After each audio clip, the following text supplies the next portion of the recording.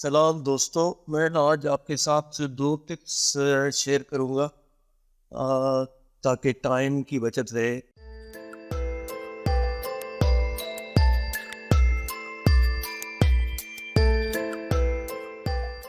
एक colourful image किसी room का, हॉल का मेरे सामने। और अगर मैं यहाँ से आई ड्रॉपर टूल जिससे हम कलर सेलेक्ट करते हैं, ये आई ड्रॉपर टूल इसे सेलेक्ट करते हैं तो भाई किसी जगह पे एक भी क्लिक करूंगा तो ये फोरग्राउंड कलर यहाँ पे सेलेक्ट हो जाएगा। और यहाँ पे क्लिक करता हूँ तो ये फोरग्राउंड कलर यहाँ पे सेलेक्ट हो जाएगा। यहाँ पे क्लिक करता हूँ तो ये फोरग्राउंड कलर यहाँ पे सेलेक्ट हो जाएगा। अगर मैं किसी भी जगह पे क्लिक करूंगा तो वो फोरग्राउंड कलर यहाँ पे सेलेक्ट हो जाएगा। लेकिन अगर मुझे अपने इस इमेज में ऐसा कलर मौजूद नहीं है और मुझे वो कलर कहीं बाहर से लेना है तो मैं यहाँ से रीस्टोर करूँगा इसको, फोटोशॉप को। और यहाँ पे ये कुछ गूगल सर्च में कुछ इमेजेस यहाँ पे ओपन है। तो अब अगर मैं यहाँ पे आई ड्रॉपर टूल को सेलेक्ट करता हूँ और बाहर जाता हूँ तो मैं ये सेलेक्ट नहीं कर सकता। लेकिन उसका एक तरीका है कि सपोज मुझे ये ग्रीन कलर सेलेक्ट करना है और उसको यहाँ पे छत पे यहाँ पे मुझे पेस्ट करना है तो मैं आई ड्रॉपर टूल को यहाँ पे क्लिक लूँगा, आई ड्रॉपर टूल को लूँगा और अपने इमेज के अंदर क्लिक करूँगा और इसे होल्ड करके रखूँगा और इसको मैं यहाँ से फोटोशॉप से बाहर लेके आता। और अब आप फोरग्राउंड कलर पे नजर रखें तो ये यहाँ पे ग्रीन कलर हो रहा है। फोरग्राउंड कलर यहाँ पे ग्रीन हो रहा है। तो बाहर से कोई कलर अगर आप पिक करना चाहते हैं तो आप इस तरीके से आप बाहर से भी, फोटोशॉप से बाहर से कलर पिक कर सकते हैं। तो मैं ये एक ब्लू कलर और ये ग्रीन कलर और सपोज ये मैं ब्लू कलर यहाँ पे सेलेक्ट करता हूँ तो ये फोरग्राउंड कलर मेरा यहाँ पे ब्लू हो गया।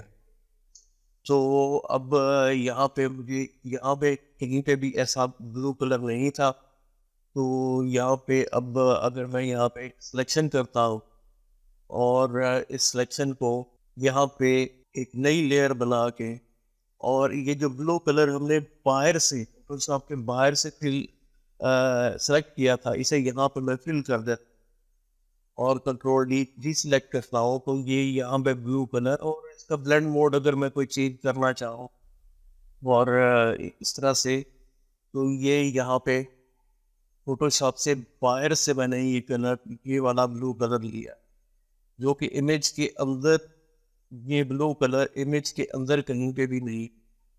और ऐसा कलर मुझे चाहिए था तो एक मरतबा फिर मैं आपको बता दूं कि आप यहाँ आई ड्रॉपर टूल से अंदर से तो कलर सेलेक्ट कर सकते हैं। कोई भी कलर यहाँ पे आप सेलेक्ट करना चाहें इमेज की लेयर से तो ये आपका फोरग्राउंड कलर हो जाएगा।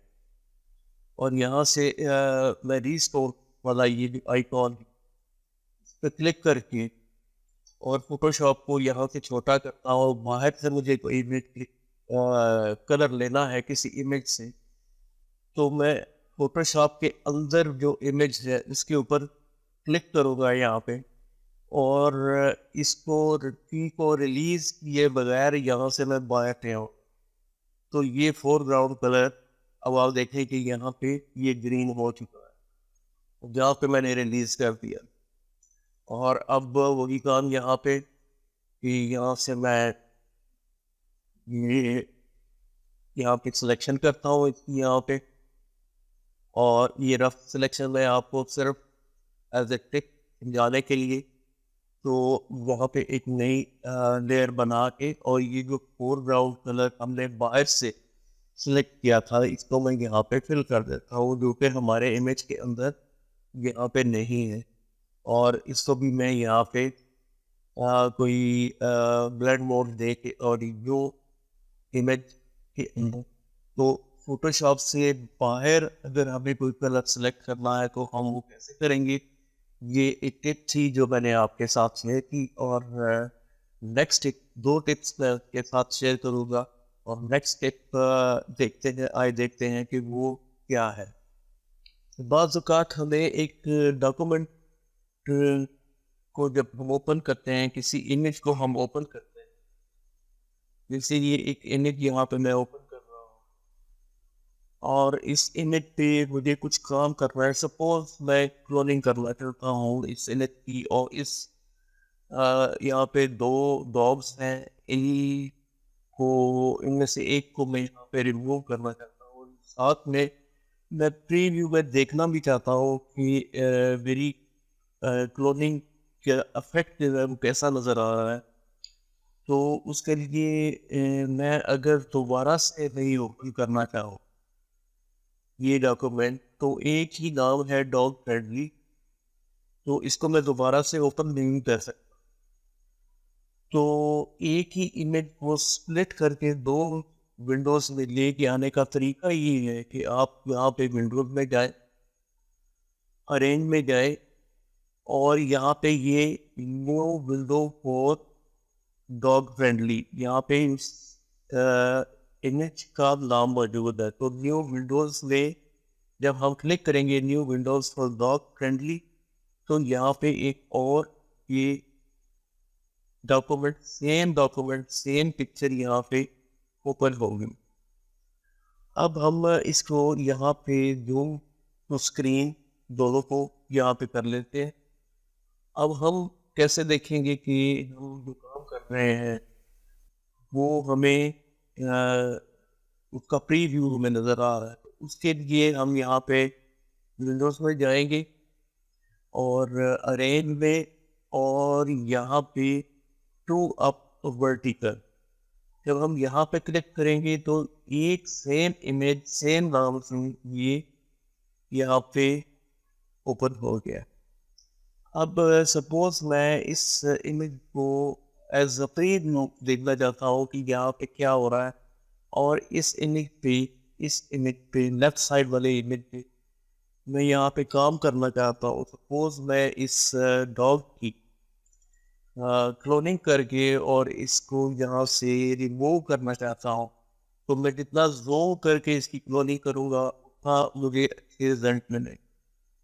लेकिन साथ में राइट साइड वाली विंडो पे एज ए प्रीव्यू मुझे नज़र आ रहा होगा कि मेरा काम कैसा हो रहा है। तो सपोज मैंने क्लोन कर टूल यहाँ से सिलेक्ट किया और मैं ऑल्ट प्रेस करके यहाँ से एक पिक करता हूँ एक पॉइंट को, और उसके बाद अब मैं यहाँ पे अगर क्लोन करता हूँ तो राइट साइड वाली विंडो पे अब देखें कि वहाँ से ये क्लोन होना शुरू हो गया है वहाँ पे भी, और एज अ प्रीव्यू मुझे नज़र आ रहा है कि वहाँ पे इफेक्ट इसके कैसे यहाँ पे बार बार मुझे इस लेफ्ट जिस पे मैं काम कर रहा हूँ मुझे इसको ज़ूम आउट करके यहाँ पे इफेक्ट को देखना ना पड़े।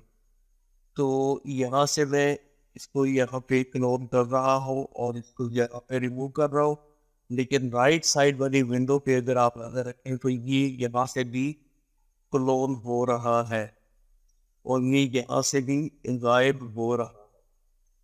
तो जैसे जैसे मैं इस इमेज को क्लोन करता जा रहा हूँ, इस क्लोनिंग के जरिए इस इमेज को मैं यहाँ से रिमूव कर रहा हूँ, और जो स्पॉट्स मुझे ऐसे कर रहे हैं कि ओरिजिनल लगे, तो वहाँ से ये देखें कि ये इमेज जो डॉग का इमेज है वो यहाँ से भी रिमूव हो गया। और मुझे कुछ यहाँ पे अगर नज़र आ रहा है कि ये यहाँ पे क्लोनिंग सही नहीं है, और कुछ ऐसे स्पॉट्स ऐसे लाइन स्पॉट्स नज़र आ रहे थे जो मुझे ये बता रहे थे प्रीव्यू राइट साइड वाली preview window as a preview window जो मैंने ओपन की है उसमें। तो मैं यहाँ से दोबारा से थोड़े से टच दे के उसको बैलेंस करने की यहाँ पे कोशिश करूँगा।